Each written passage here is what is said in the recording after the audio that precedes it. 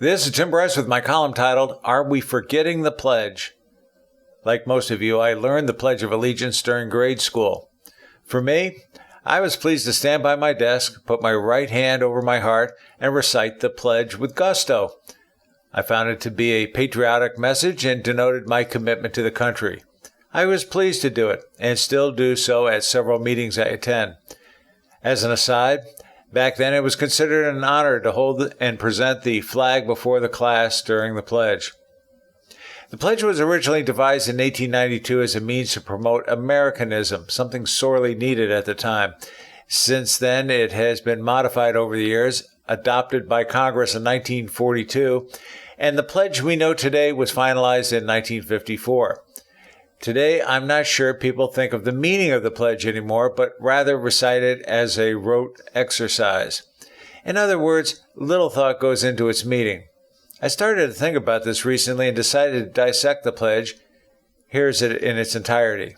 I pledge allegiance to the flag of the United States of America and to the republic for which it stands, one nation, under God, indivisible, with liberty and justice for all. First, the initial part, I pledge allegiance to the flag of the United States of America and to the republic for which it stands, represents a commitment by the person to the flag as it is an important symbol or icon representing our country, more specifically, the republic. This is important as it clearly shows we are not a democracy, but a republic instead, something most young people fail to understand. Second, one nation under God. The under God expression represents the last modification to the pledge in 1954 and was intended to thwart communism, which practices atheism.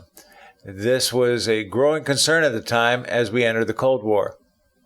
Third, indivisible, meaning we stand united as a people, particularly in times of peril. I would like to believe this is true, but recent events dividing the nation cast doubt over the validity of this idea. Many people would like to see us divided and the country transformed into some other form of government. And fourth, with liberty and justice for all. This implies we are to be treated equally under the law and entitled to certain freedoms. It also suggests we respect the rule of law and apply it fairly and equitably.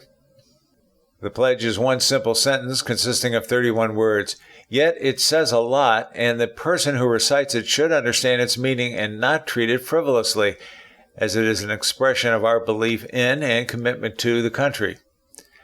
Due to the freedom of speech and expression, citizens are not required to recite the pledge, but willfully failing to do so suggests the person does not believe the contents of the pledge and implies the person is anti-American. As for me, I'm still proud to stand for my flag as I know it represents overall republic and the Constitution from which it is based. Reciting the pledge is but one small way to show my respect and appreciation for this country. I, for one, do not take it for granted. God bless it. Friends, keep the faith. This is Tim Bryce in Palm Harbor, Florida. Follow me on the internet at timbryce.com.